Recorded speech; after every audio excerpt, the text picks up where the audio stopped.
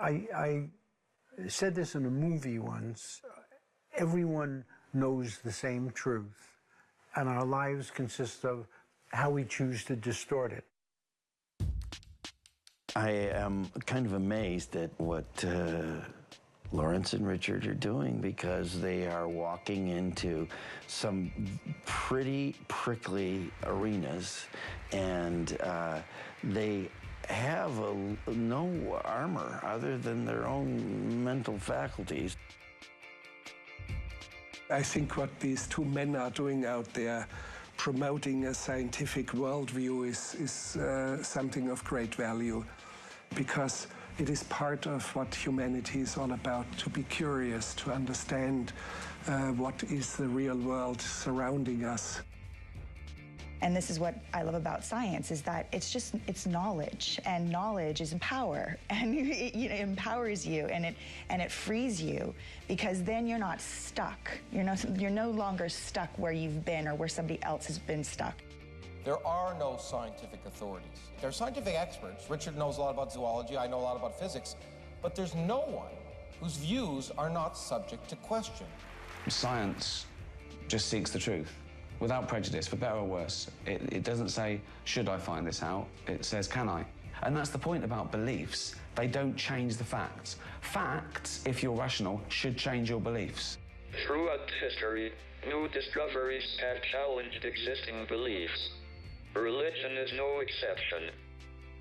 Religion is just like any other topic and should not be sacrosanct at all. You should be able to discuss religion. Why not? I think religion should be open to discussion. I think everything should be. I think when you make things taboo, even when you feel like you're protecting it, it's not for the greater good. We cannot close down a conversation about a set of beliefs that lead to actions which affect all of us. All that stuff I was taught about evolution, Big Bang Theory, all that is lies straight from the pit of hell. This is the trouble with ethics and morality and the big questions, and the fact that religions think they own that conversation. Quite the contrary. They kill that conversation. I think we follow people who have courage, to think about things that we haven't thought about before. And in these times where intolerance is kind of championed, I'm pretty impressed that someone is taking on the quest. That's what I get from these guys. The permission to question everything.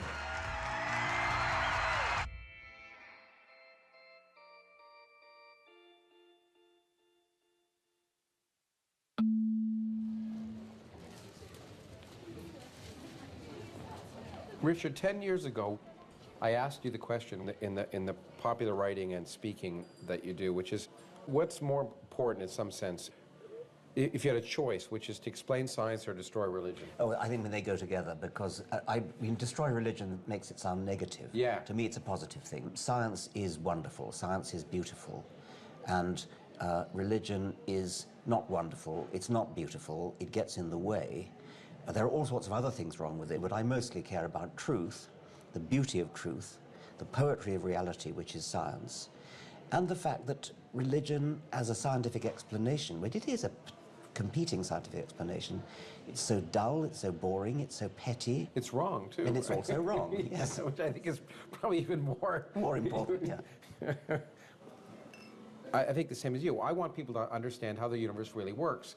As an aside, ultimately, is this other incompatibility between science and religion, that when empirical evidence tells you something, you have to accept it. When you give up that by saying, I can believe this myth and fairy tale, then it opens you up to lots of other things.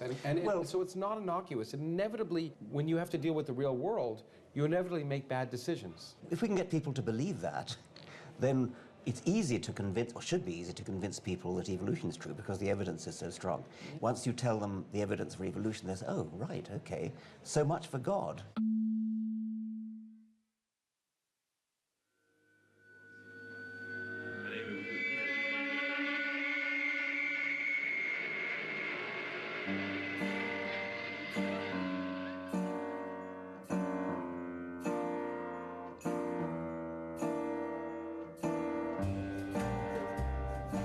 Well, tonight, Richard is in Sydney while I'm in Canberra, and he is going to debate on TV on a television program called Q&A, the Archbishop of Sydney.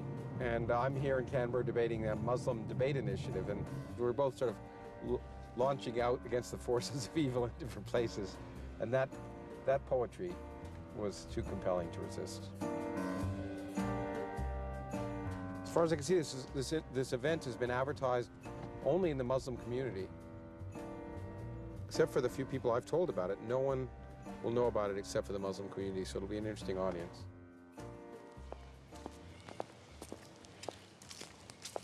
Oh, look at that. Look over there. That's fascinating. That may be our audience right there, by the way.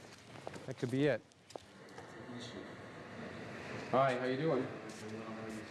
Nice to see you. Morning, Professor. Hi. Hi. I'm Othman. Okay. Hi. How you doing? So the other person's going to talk. That's right. That's right. But it's interesting. I looked online. I didn't see a single advertisement for it. So. Oh well, it'll be interesting to see. We'll see how it goes. But I have a rule: if there's less than 5 people, we just go for coffee.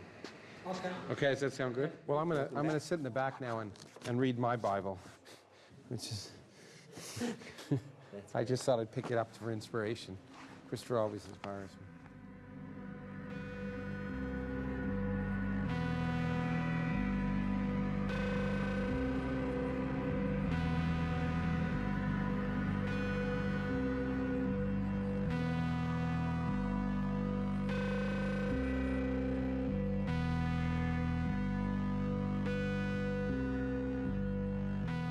Cardinal George Pell is the most senior Roman Catholic in Australia. He's the Archbishop of Sydney, and I know rather little else about him, I'm afraid. And he's sometimes talked about as a possible candidate for Pope.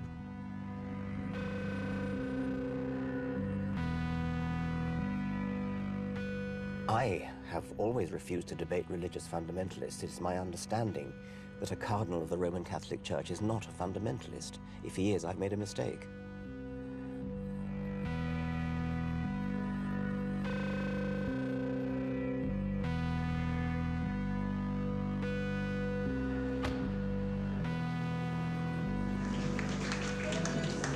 Ladies and gentlemen, very excited to have these two gentlemen in this evening for this discussion. We know them already, but please let us introduce them properly and make them feel very welcome. Please help me welcome the author of The God Delusion, the evolutionary biologist. He is, of course, Richard Dawkins.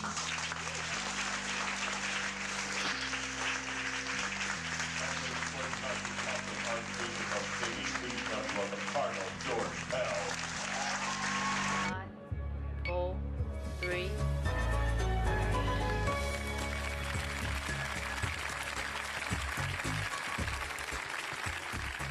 George Pell, do you accept that humans evolved from apes?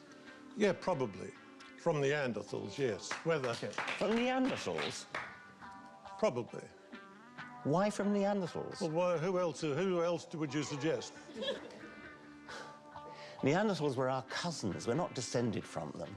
Are these extant cousins? Where will I find a Neanderthal today if they're my cousins? They're not extant, they're extinct. Exactly, that's my point. Your point is that because they're not... that because they're extant, they can't be our cousins. I really am not much fussed. That's very clear.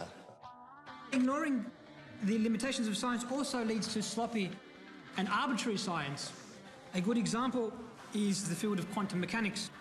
The evidence of logic derives from the evidence of reality. Is it logical that I can be in 2 places at once? No, but if I'm an electron, I certainly can be. Because while you referred to quantum mechanics, I actually understand it. Most evolutionary biologists today don't believe that. Don't believe what? They don't believe in this crude fundamentalist version of random selection that you propose. I do not propose it, and I strongly deny that evolution is random selection. This idea that we should challenge our beliefs. I agree in some areas, and this is the point. I try to touch upon the difference between science and religion. Only when you appreciate the difference can you ascertain whether different propositions apply or not. Anything about higher truth, about morality, for example. Do you want me to challenge my belief every day that murder is wrong? Well, if any of you stopped believing in God, I would ask you, would you go out tomorrow and murder your neighbor? Well, some of you say yes. Evolution is non-random selection. Also, there's a purpose to it, is there? No. Could you explain what non-random means? Yes, of course I could. It's my life's work. No idea should be above ridicule. Ridicule is a very important tool. And why should religion not be subject to ridicule? If politics is subject to ridicule, if science, if sex, if everything else in the world is subject to ridicule as a way of illuminating reality, why shouldn't religion? It's part of being human to ask why we exist. The question why is not necessarily a question that deserves to be answered. There are all sorts of questions that people can ask, like, what is the color of jealousy? That's a silly question. Exactly. Why is a silly question. You can ask, what are the factors that led to something coming into existence? That's a sensible question. But what is the purpose of the universe is a silly question. It has no meaning. And so I hope that every student who ever goes to university, at one point in their life, has the opportunity to have something that is at the heart of their being, something so central to their being that if they lose it, they won't feel they're human anymore, to be proved wrong. Because that's the liberation that science provides. The realization that to assume the truth, to assume the answer before you ask the questions, leads you nowhere.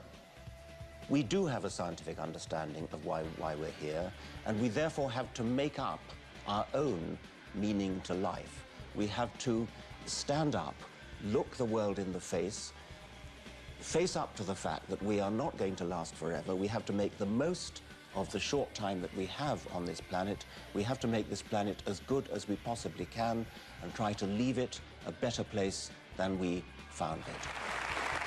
And if we live in a world where certain things are not subject to question, we live in a world where thinking has stopped.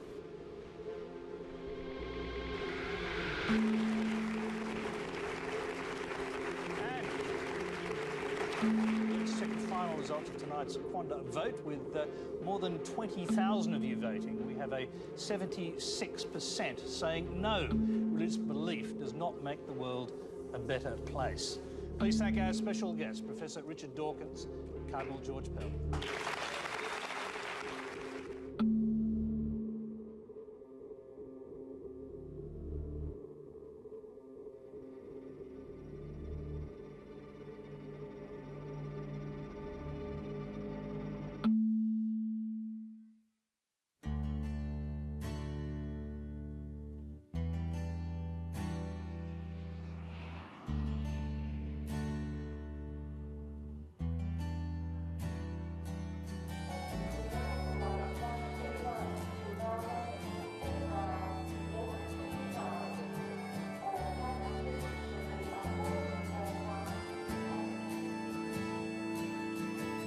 Hey now, little speedy head, the read on the speedometer says you have to go to task in the city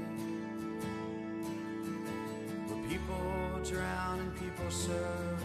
Don't be shy, you just deserve. It's only just light years to go. Well, I got thoroughly fed up with BBC-type interviews where you have a chairman in the middle and you get an interesting conversation going on between two. There might be 5 people around the table, yeah. and A and B are having an interesting conversation. And so the chairman then suddenly says, and what do you think about this C? Yeah. Totally breaking the flow, spoiling the conversation, all in the interest of balance and things like that. And it occurred to me, why on earth do we bother with chairmen? They're not necessary. Certainly my recent encounter with the Archbishop of Canterbury in the Sheldonian Theatre in Oxford, that was completely ruined by the chairman, who was a philosopher and felt it was his role to clarify things, and of course that meant obscuring things.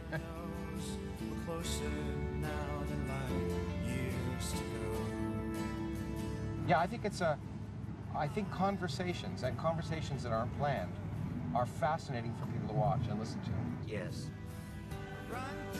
I think it works.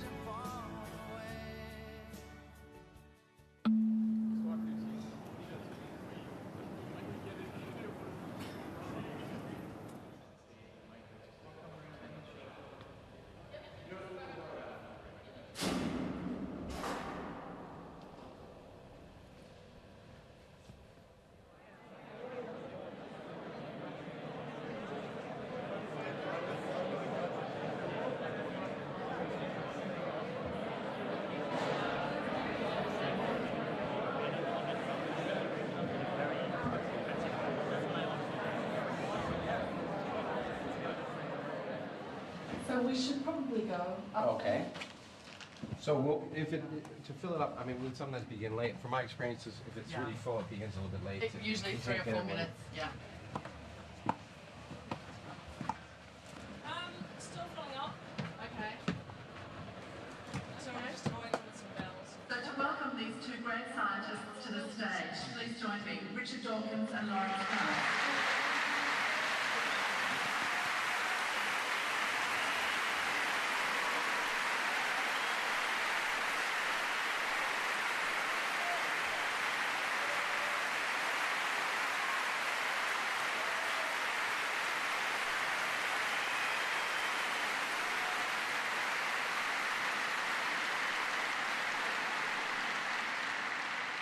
I think it's appropriate to begin. Did any of you see Q&A?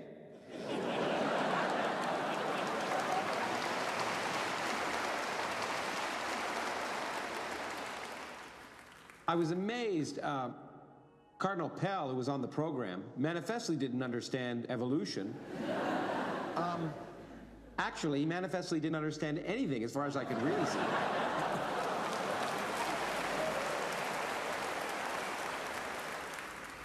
Why don't you elaborate a little bit about that real problem? Because I think it's a fascinating issue of if speciation occurs, if species change, was there a first person?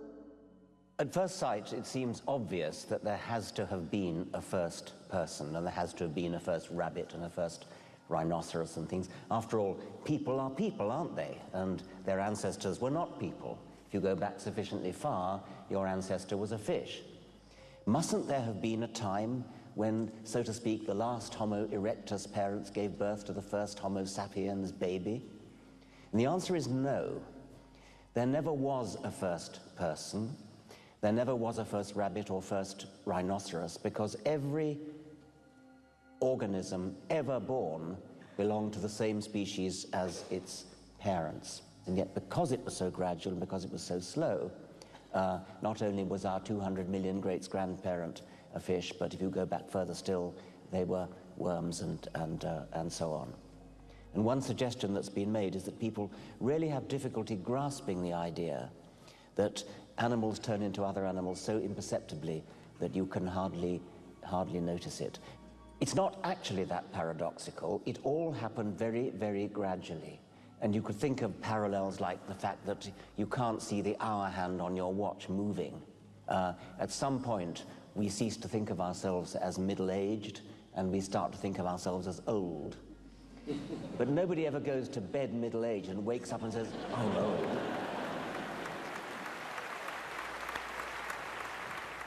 We had a meeting at my institute where we were trying to get at the origin of life.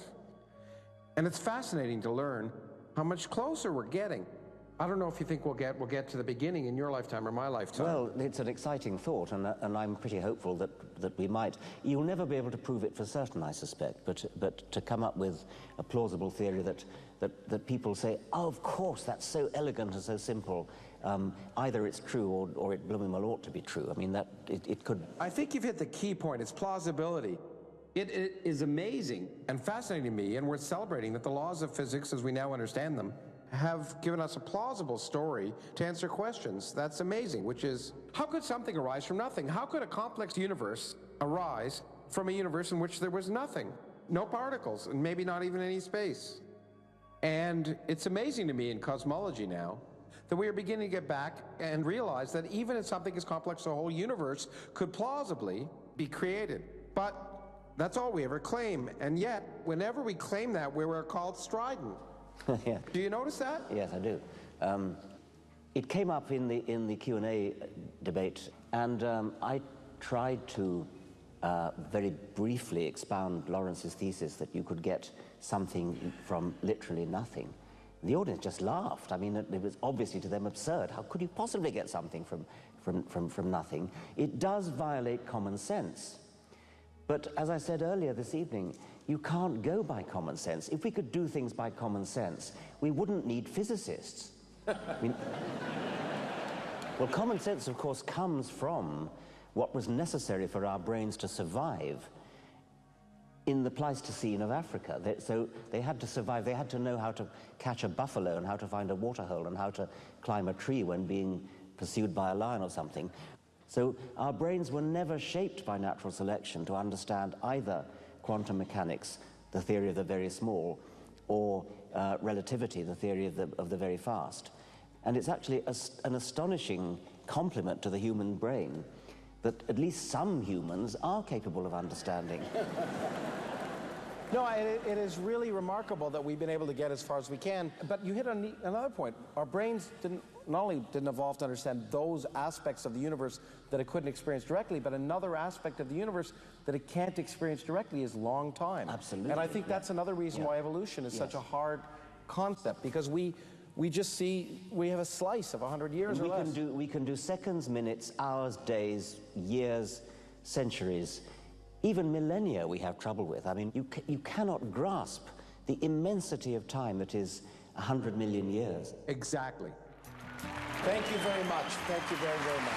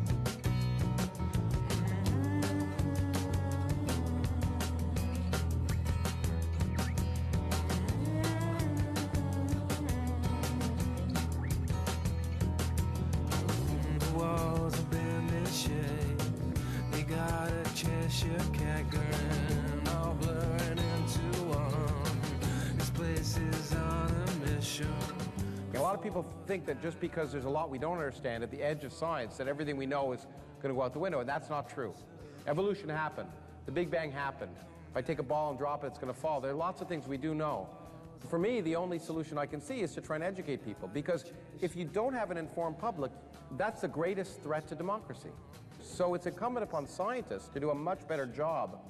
And then it's up to the public to make the decision. They can decide that they don't want to do anything about global warming, but they should at least be presented with the evidence and understand the facts. Ladies and gentlemen, the dynamic duo of science.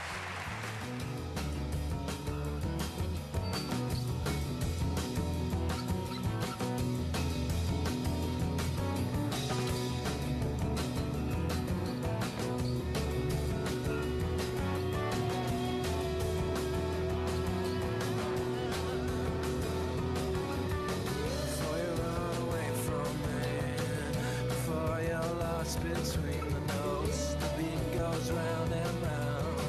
The beat goes round and round. It's such a privilege to be alive in the 21st century and to look out at the stars, to look down a microscope, to look down an electron microscope, to look into a single cell and see the prodigious, stupefying complexity of a single cell, and then realize that there are trillions of those cells in your body, all conspiring together to produce a working machine which can walk and run and eat and have sex. And think what a privilege it is for each one of us to have in our heads an organ which is capable of constructing a model of the universe. It is sad that that model will die when our brain dies.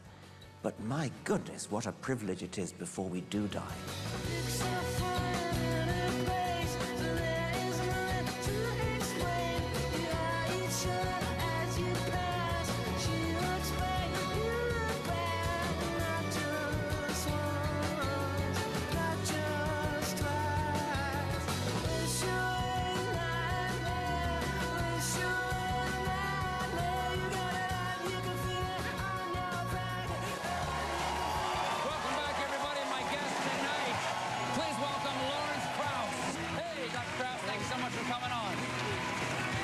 Sir,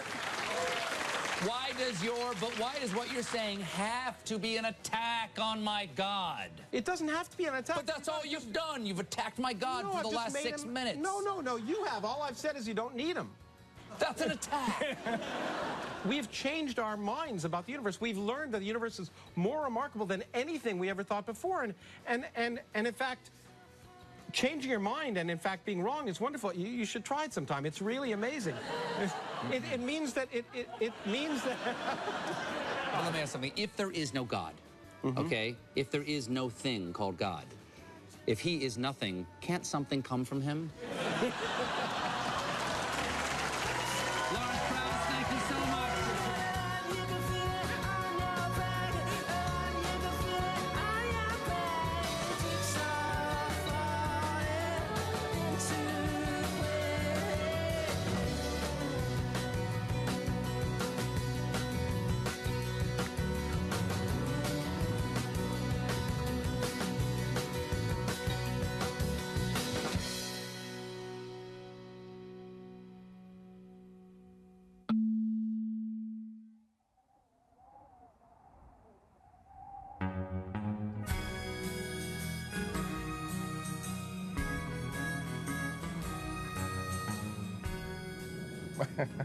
This makes my day. Miley Cyrus has tweeted a picture of me along with my quote about stars, the one where I say, so forget Jesus, stars died so you could be born.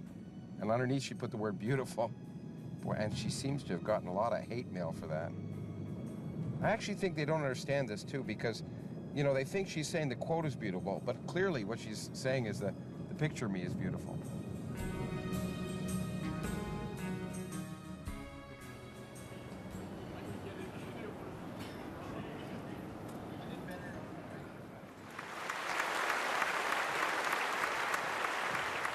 I think we both agree that what people want to do is they want to believe, to take a line from the X-Files, they want to believe in believing. And so most people who have faith, I think, in our society, naturally pick and choose from the doctrine those things they find absolutely ridiculous and throw out.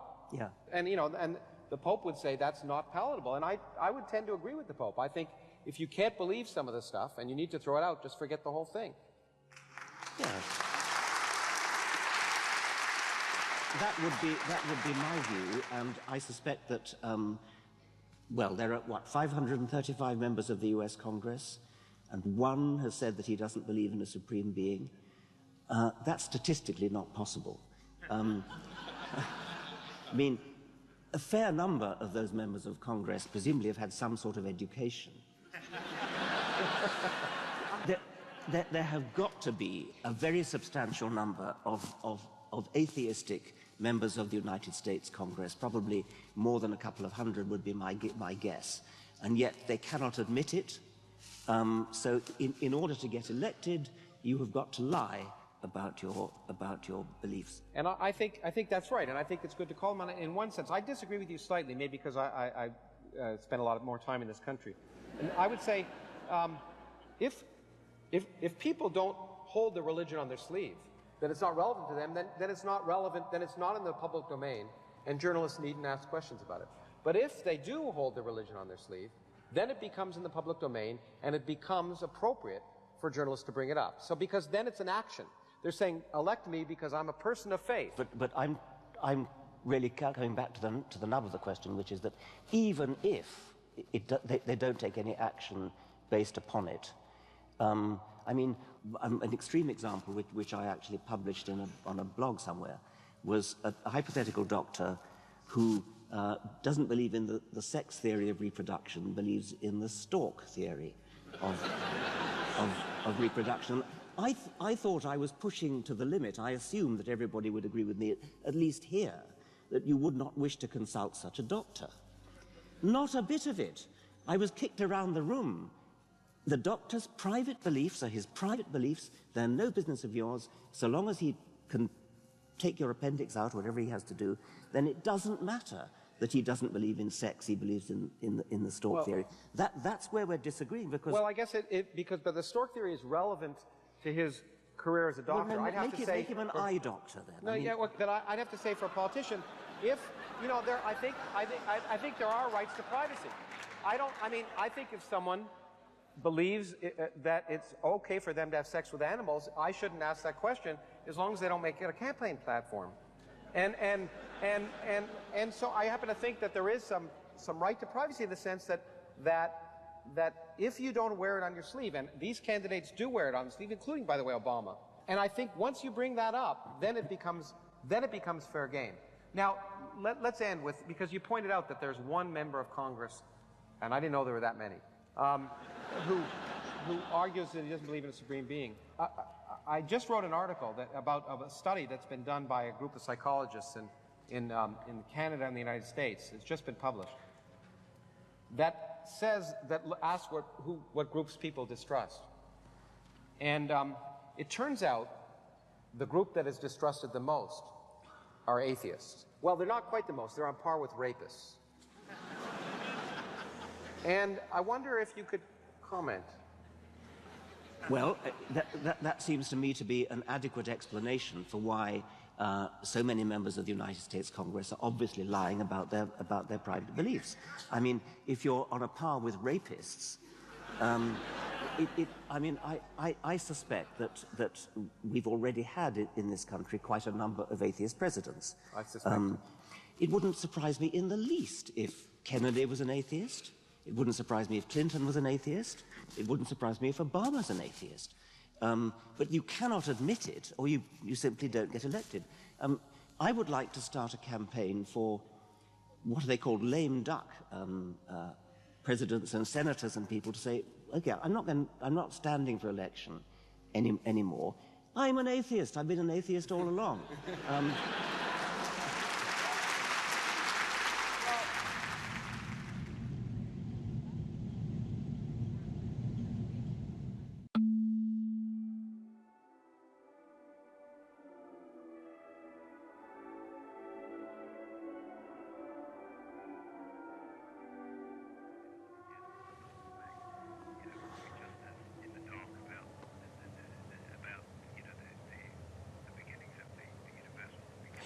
Yes.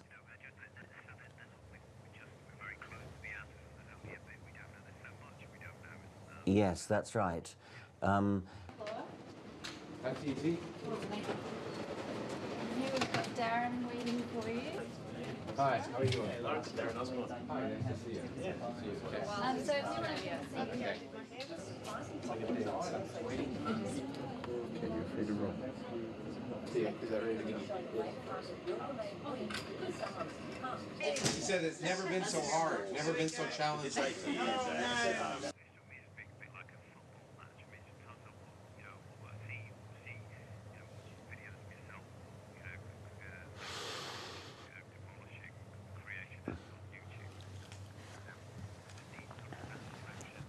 Hey, ready? Okay, we're heading out, eh? Yep, to another let's building? go, yep. Oh, all right. We're set up. What do you know? It looks like a real place to interview. And so these mics work. I don't have to wear one. That's right. Oh, that's good. We're ready in 3, 2. Well, Lawrence Krauss, welcome to 1+1. It's great to be here. Albert Einstein was once quoted as saying, if you can't explain it to a 6-year-old, you don't understand it yourself. Your latest book, A Universe from Nothing, deals with some fairly weighty topics. How would you explain it to a 6-year-old that the universe came from nothing? Oh, well, I see what you mean, but it's very unjust. I mean, telling children they're going to hell is surely by any standards wicked. I mean, that's just evil. But I am not doing anything remotely comparable to that. What I'm doing is telling children, think for yourself, look for the evidence.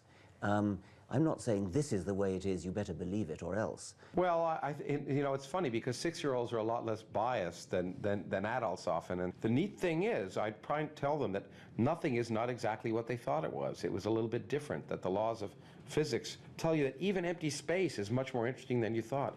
Empty space is a boiling, bubbling brew of stuff that's popping in and out of existence every second. And what's more amazing is what we've learned, that if you take just a bit of space and get rid of all the particles and all the radiation and everything, that it still weighs something, and we don't understand why. Lawrence Krauss, thanks for joining us on 1+1. Thank you very much. It's been a pleasure. Excellent. Wonderful. You guys. Okay, thank you very much. Thanks a lot. Thanks a lot. It was nice doing it. There's a dot.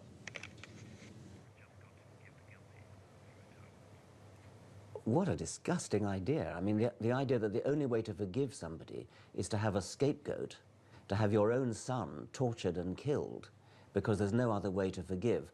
The idea that there can be no forgiveness without bloodshed, without punishment, is an ancient idea, and it's a horrible one. In the particular case of the doctrine of original sin, the original sin is supposed to have been committed by Adam, who, as we now know, never existed. So we now have the preposterous idea that Jesus was sacrificed. The scapegoat was sacrificed for the sin of a non-existent forebear. Three-car accident westbound near Moorebank Avenue. We've got queues at Warralga, Bennett Hills Road now. No major problems for the north side. Warralga Road. That's the fellow who finally let me in. He was out having a phone call. Yes. Yeah. Hi, good. I'm glad there's someone here to actually do this. Agenda's 26 to 8. Hop over there, Lawrence. There you go. It's good to see you again.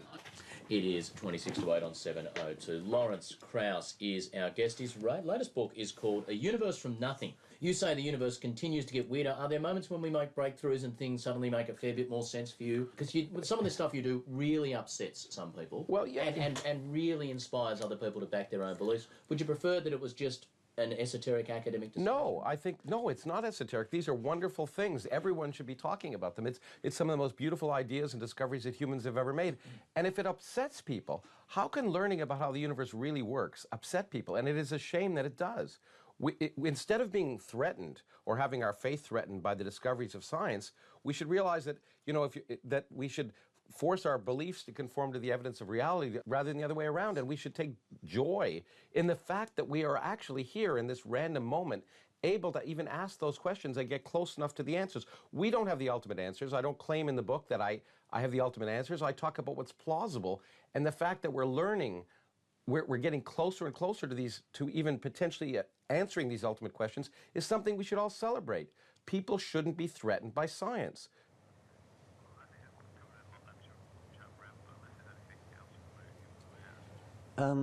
No, I think that's fine. Thank you very much. Well, it's been nice talking to you. All right. Bye-bye. Lawrence Krauss, as always, a pleasure to speak with you. Same here. Thanks. Through our faith, we remain united. May you continue to watch over us and keep us together and safe through Christ our Lord. Amen. This is the nicest thing I've seen in any library recently. No, they're not cool. Okay. Can I do that? But there's poo. Is that poo over there?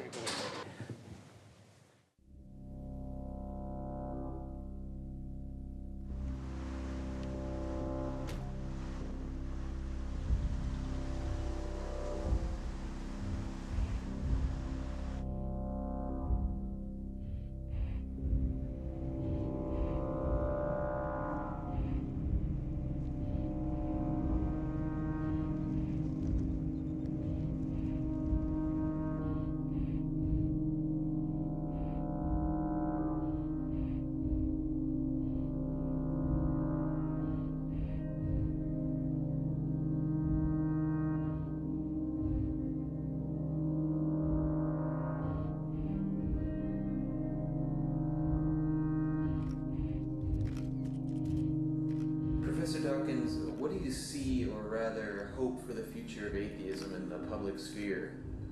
My hope for the future of atheism is that it will no longer be necessary.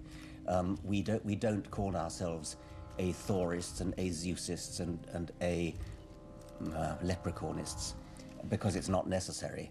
And my hope is that the day will come when it simply is taken for granted that everybody doesn't believe in Yahweh any more than they believe in Thor and Jupiter. I think there's some indication that the religious lobby is getting increasingly desperate and is increasing the venom and the vitriol with which they fight back. And I think what we may be seeing is the beginning of the death throes. And when you see a wounded animal in its death throes, it tends to lash out.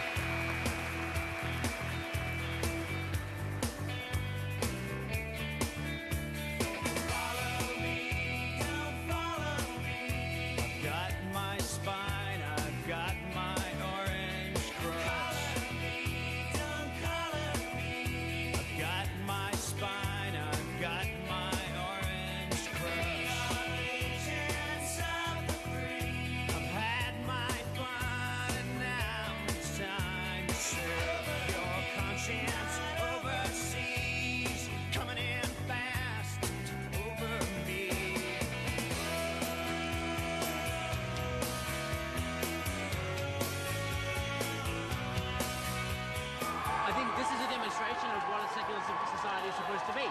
It's not one that excludes religious people. It's one that is inclusive of all points of view.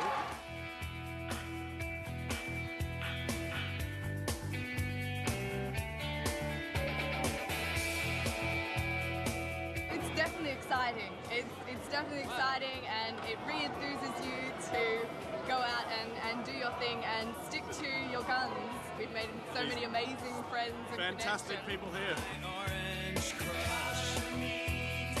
Oh, I've talked to all sorts of people. Sit down to someone, you get up a conversation without any trouble. They're the friendliest lot you'd ever meet.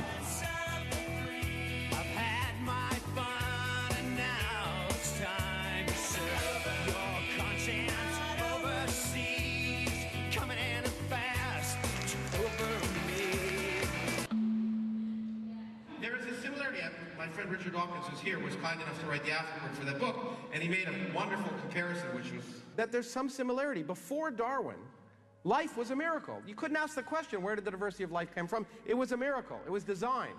What Darwin showed were very simple laws of biology. Natural selection and genetic mutation, essentially, could produce all of the diversity of life, the complexity we now see, from very simple beginnings, with no miracle. Now, at the time he did it prove it? No.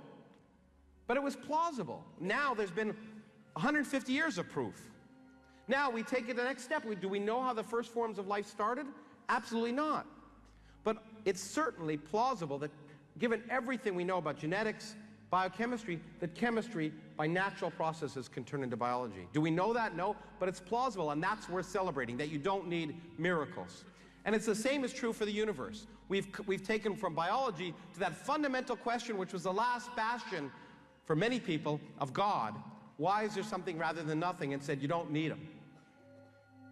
If this is the case, and our universe just popped into existence, and space and time were created in our universe at the moment it came into existence, along with the laws of physics we measure, then there's an object, if you want to call it that is greater than our universe. We call it in physics now the multiverse, in which case there are many possible universes. From a philosophical perspective, people have a problem with the universe that had a beginning. That's why they invented God, because they want something eternal, with no cause, first cause, prime mover. You pick your philosophy or theology. The point I want to point out is that the multiverse now serves the role of the prime mover. From a philosophical perspective, it can be eternal. It can be eternal and certainly beyond our universe. But the thing I also want to point out, because I've debated with Christian apologists often, and they say, well, you invented the multiverse because you don't like God. Well, it's true I don't like God. But the multiverse was proposed because the laws of physics are driving us to us. I don't even like the multiverse. But if nature tells me that's the case, and the laws of physics are accidental, I got to live with it. So, to conclude, I've told you today the universe can come from nothing. More importantly, I've told you that you are far more insignificant than you ever thought. And that's what I want you to celebrate here today. But instead of and people say science takes away spiritual fulfillment and wonder and awe and happiness.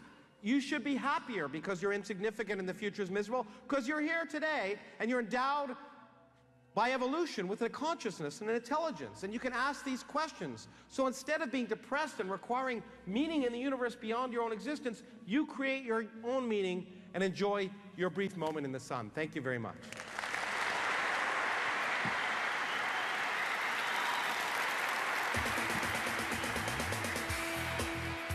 But the problem is that most people, most of the time, are desperate to believe ridiculous and divisive ideas for patently emotional reasons. And while rarely explicit, what they're really worried about is death. And when we're arguing about teaching evolution in the schools, I would argue that we are really arguing about death. It seems to me the only reason why any religious person cares about evolution is because if their holy books are wrong about our origins, they are very likely wrong about our destiny after death.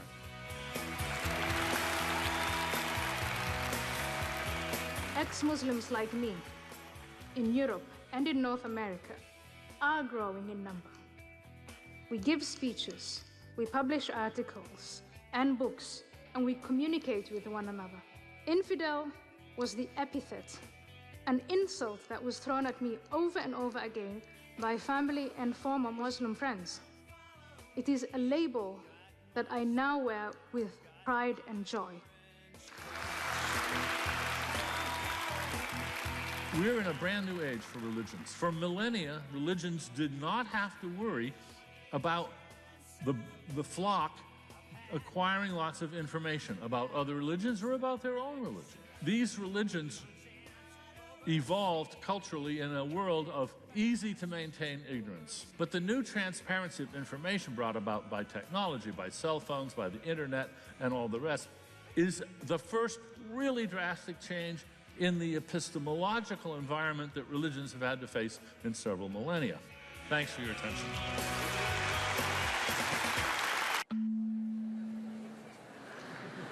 Semenya is more than an evolutionary biologist. He's a champion of science and reason who's convinced many around the world that it's more than okay to come out as an atheist. Please welcome to the stage our final speaker of Day 2 of the Global Atheist Convention, Richard Dawkins.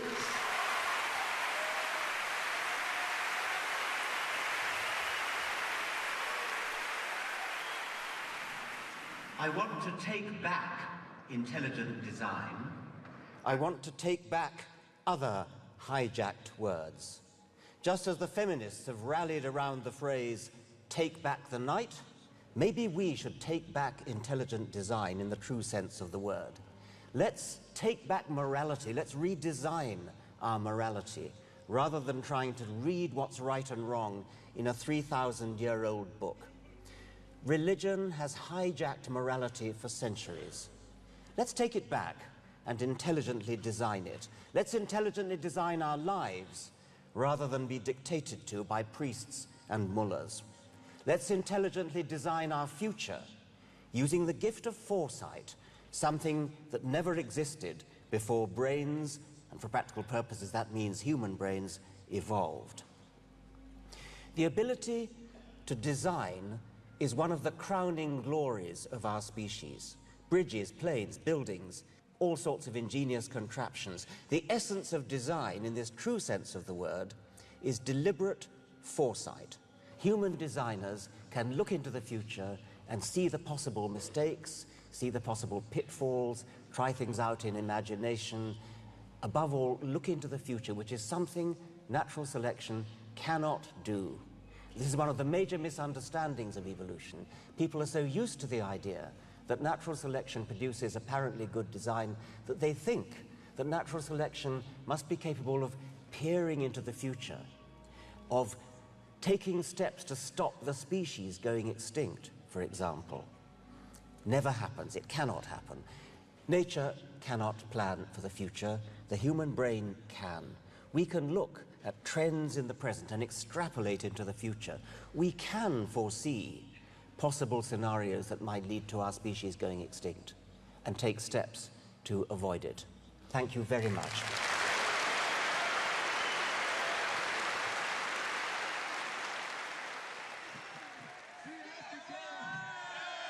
How many people do you have to kill to be a murderer?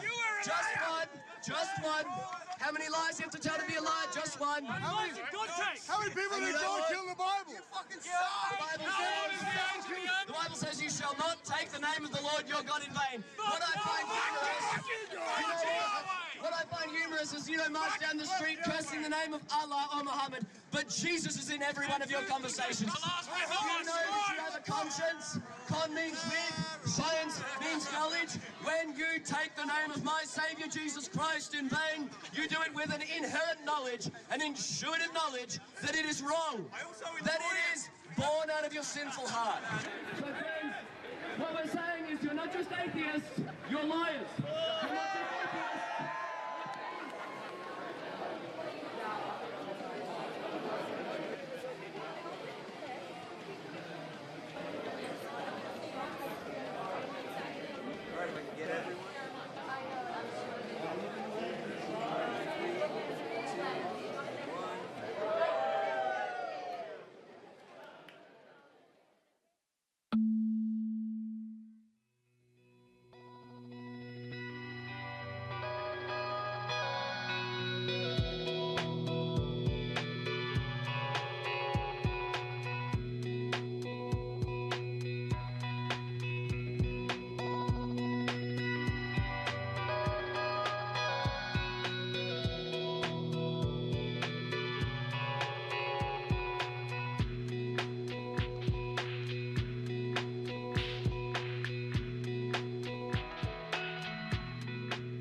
I guess the best part of communicating is the excitement. Science turns us on. Science is fun. Science excites us. You can't communicate unless you're excited, but on the other hand, I feel it's so fascinating for me that I want to tell people about it. Carl Sagan said, when you're in love, you want to tell the world. And Sagan said, I'm in love with science, and I have to tell the world. But we mustn't run away with the idea that science is just fun. Science is hard. Yeah. And so it's not fun in the sense that it's just sort of easy and you can laze around doing it. It is hard. It's hard work, but it's worth it.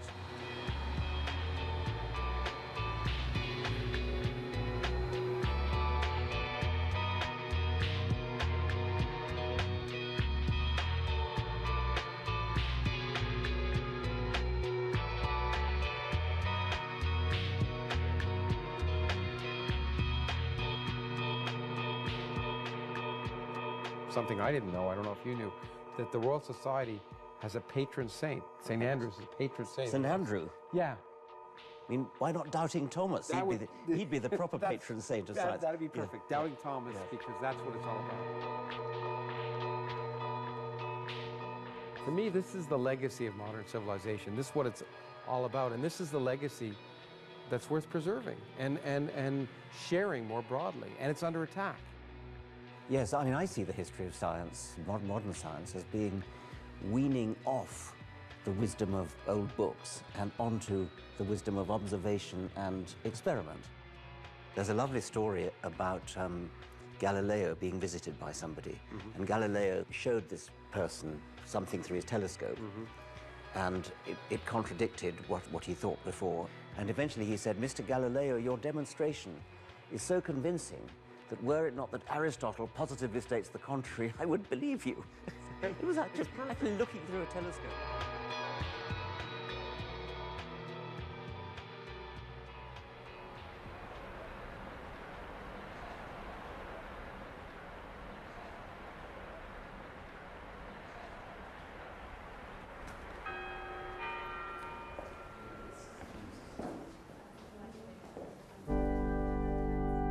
It's surprising in some sense that we're talked about as being arrogant for somehow saying we create our own importance, that our knowledge and our understanding and the way we live our lives is what makes our own importance. People don't seem to recognize that a universe that's created for us is a little more arrogant. It's incredibly arrogant, yes. And for me, that's the most powerful and enlivening thing, is the fact that the more unimportant we become, yes. the more powerful is the importance of science for pointing out that the universe exists whether we like it or not. It's a sort of cosmic humility, but it's the exact opposite of what we're often accused of. Science is responsible for the justified humility of humanity, which is a new thing.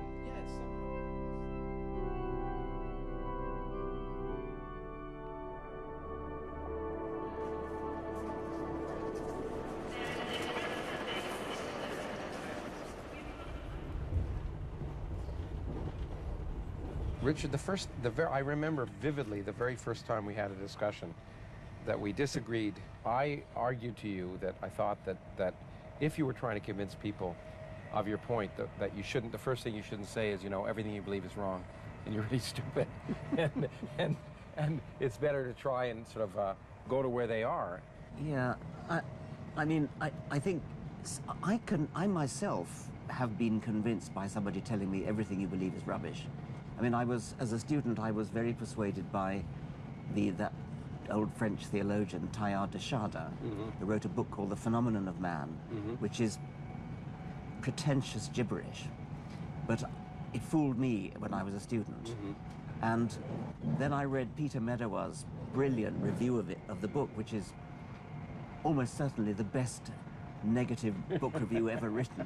And I was completely turned around by that, even though you might think I'd have, pushed back and said, wait a minute, you're insulting my intelligence. I said, well, yes, maybe you are insulting my intelligence. I deserve to have my intelligence insulted. People get in fact, there's a lot of research that says pedagogically, the only way you can really get people to learn is by confronting their own misconceptions and using them. I use it in physics all the time. Kids learn stuff on You write stuff on the blackboard, it goes in one ear and out the other, but if you confront a belief they have and show them immediately that they can see for themselves it's crazy, then they remember it. Yes.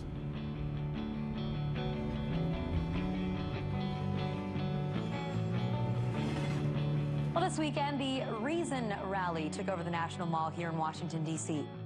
Billed as the largest gathering of the secular movement in world history, National Mall Park Service estimated that over 30,000 people were in attendance.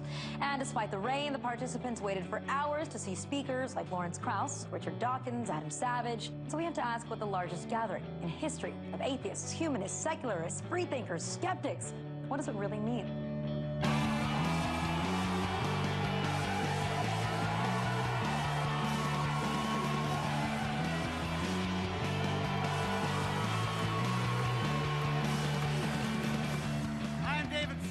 President of American Atheists, and I would like to welcome you all to this, the largest atheist gathering in world history. But I don't believe in God. I have two proofs for not believing God. First of all, God, if you're there, we're here in Washington, come down now. If you're there, this is a pretty good time. I'm sure Fox News would love it. Just come down, say hello. We are the people who believe in this life. We are the people who believe in morality. If you are doing something for reward or punishment, you do not have morality. Let's make it so they're as embarrassed to say something bad about atheists as they are to say something bad about Mormons. Mormons. Mormons. Thank you, God, for fixing the cataracts of Sam's mum. I didn't realize that it was so simple, but you've shown a great example of just how it can be done. You only need to pray in a particular spot to a particular version of a particular God, and if you pull that off without a hitch, he will fix one eye of one middle-class white bitch. They are ruled by fear. That's not my style, and it's not yours either. Folks, it's certainly time that we all grew up. Instead of forging ahead into the 14th century, we should be embracing the 21st by writing fini to belief in the bigoted, capricious, cruel, deceitful, genocidal, homophobic, misogynistic, racist, vindictive, and violent bully. Ladies and gentlemen, thank you.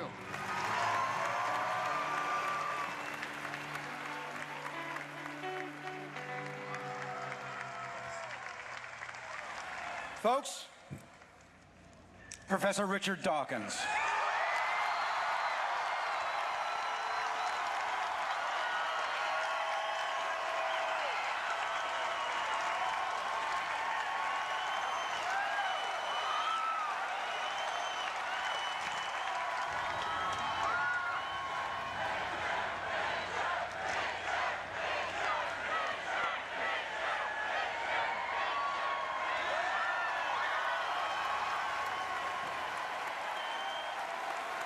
What a magnificent, inspiring sight. I was expecting great things even in fine weather.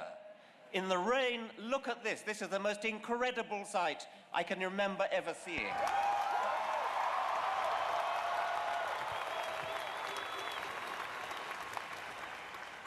How is it necessary to have a rally for reason? How could anyone rally against reason? I am often accused of expressing contempt and despising religious people. I don't despise religious people, I despise what they stand for. There are too many people in this country who have been cowed into fear of coming out as atheists or secularists or agnostics. We are far more numerous than anybody realizes. What I want to suggest you do when you meet somebody who claims to be religious, ask them, do you really believe that when a priest blesses a wafer, it turns into the body of Christ? Are you seriously telling me you believe that? Don't fall for the convention that we're all too polite to talk about religion. Religion is not off the table. Religion is not off limits. Religion makes specific claims about the universe which need to be substantiated and need to be challenged and, if necessary, need to be ridiculed with contempt. Thank you very much.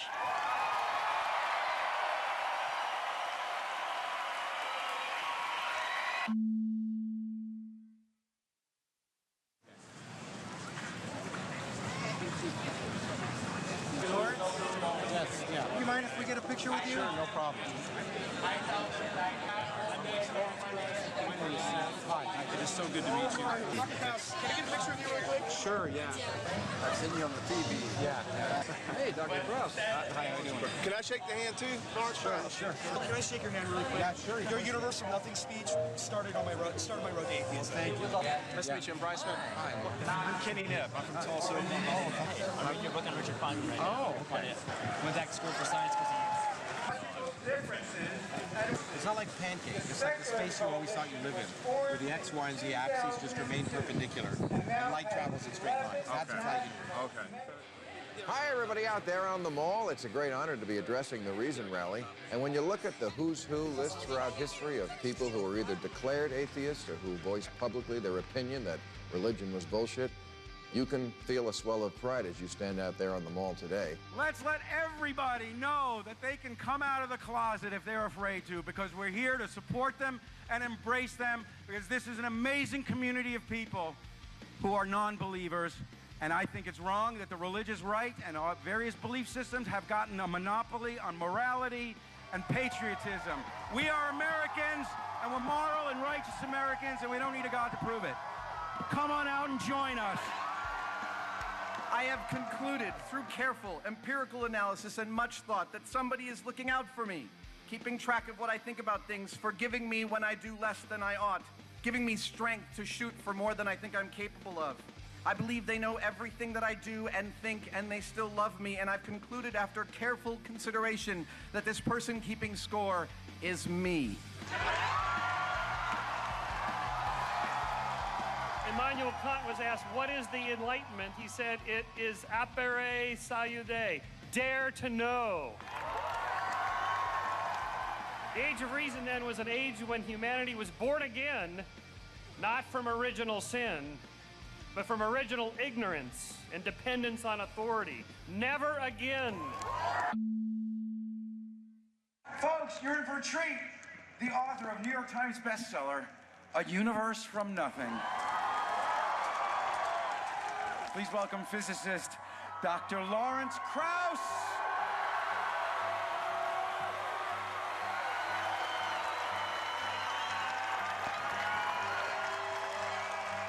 As was just pointed out, a few years ago, my friend Richard Dawkins asked me to give a talk at a meeting called The Universe from Nothing, so I did.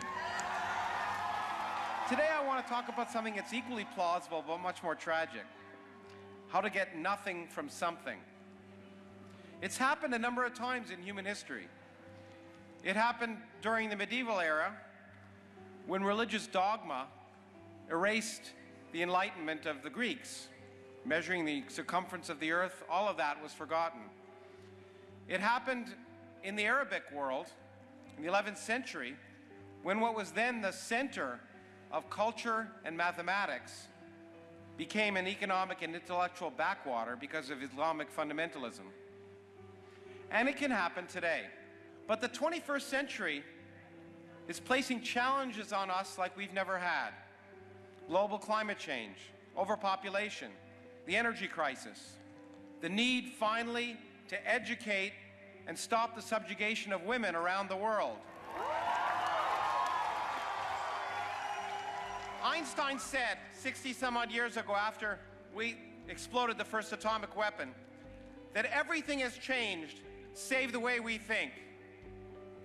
And unless we change the way we think, and unless we're willing to revere open questioning, discussion, and a public policy based on reality, we can take this wonderful world we have now in many ways and turn something into nothing. And we all have to make sure that doesn't happen. Thank you very much.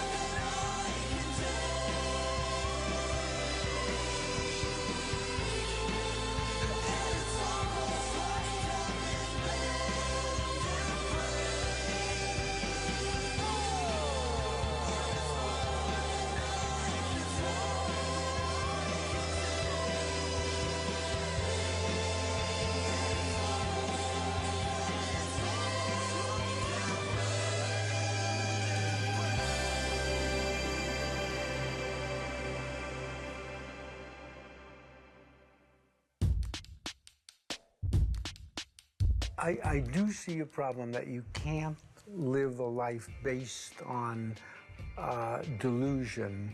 You can't hold out reality all the time and just exist in a fake world. You've got to constantly not only be challenging your own beliefs, but be willing to say that you had been wrong and misinformed and for your whole life and change your views. Otherwise, you know, it's a mindless existence. And that's not to say they don't have the right to believe. I believe everyone has the right to believe anything. They have the right to believe anything. But I have the right to find that belief ridiculous. I've had people on Twitter say things like, everyone has the right to their own opinion, so just keep quiet about your atheism. Brilliant. There it is. There, you summed it up for me. Well done. I did a courtroom scene on a show, and I look at the judge, and right above his head it says, "In God We Trust." I mean, this should have hit me before being on The Good Wife, but I just can't believe it. I just can't believe that's above that in 2012, that's in our court system. These notions aren't shared by everyone in America. With religion, the stories have been told over centuries, and science is always telling a new story. And I think that that's what's hard for people who hold religion as the truth, to understand that science is something that's broader. It doesn't start 6,000 years ago. It starts 4 or 5 billion years ago. And that is there's a lot more information in there in the book. If we had a book, it'd be a lot thicker. And of course, we have seen backlash against scientific understanding of reality. We have seen it in many religions, not only in the United States. So I believe there's a great value in promoting this kind of work. People who like science are all drawn to it for the same reason. It explains the physical world. What is this stuff? Is it the last word on what reality is and what the physical world is? I don't know, but if it's not the last word, it's at least the best word. In our increasingly complex scientific and technological civilization, many policy issues require scientific knowledge. How then can the public exercise democratic control if it doesn't understand science? I think it's very important to advance the pro-science view in the modern world. What could be bad about advancing knowledge and enlightenment? It can only be a good thing.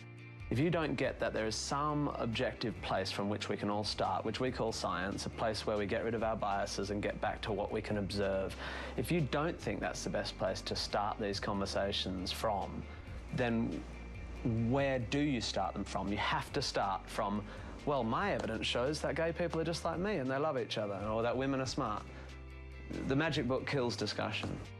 You know, I went to Israel for the first time the summer before last, but people always say, oh, you go to Israel, you're gonna be changed forever, like you're gonna feel so connected, and I didn't feel that at all. I went, it just was so, when I saw the Western Wall especially, and that this much room is for the men and this much room is for the women, and they said cover your shins and cover this up or people will throw rocks at you, you know, and it's just like, I just felt like f you. All I felt was f you. I didn't feel connected to anything because it wasn't including me as an equal. It's the rules, it's the arbitrary rules. He gave you free will. Well then why is he sending me to hell for using it?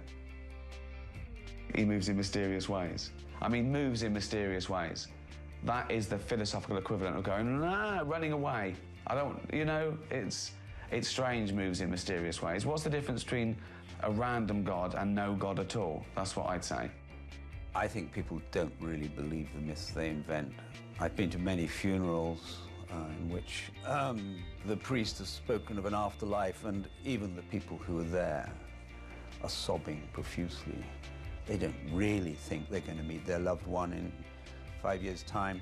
If, on the other hand, you stood on the quayside and watched Queen Mary set off for New York, the people on the quayside are not crying because they know they're going to see those people again fairly soon.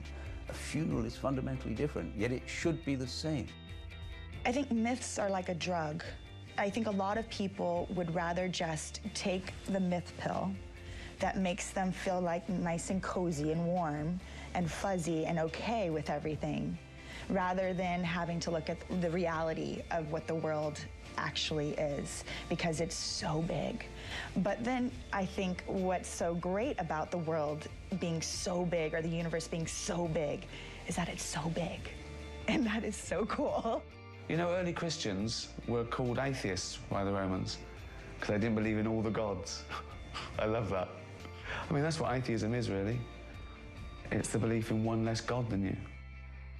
The whole forward movement of trying to do this thing, give people the opportunity to be educated to a point where they don't have to lean on stuff that's probably not there, is a worthy cause. You have to be able to offer someone alternatives to the way they view the world, or how can they learn something? I mean, you can't keep teaching someone something they already know. If you are so attached to your belief system that you stop listening out of fear of that being challenged, you know, or shaken, you're dead. Most scientists are not up for this game of taking on these things and having it become a forum. But once you start to step up in front of doubters, who's, you know, it becomes this idea of, really, can you change people's minds from this debate? Or are you just like taking rocks and bashing each other's brains out?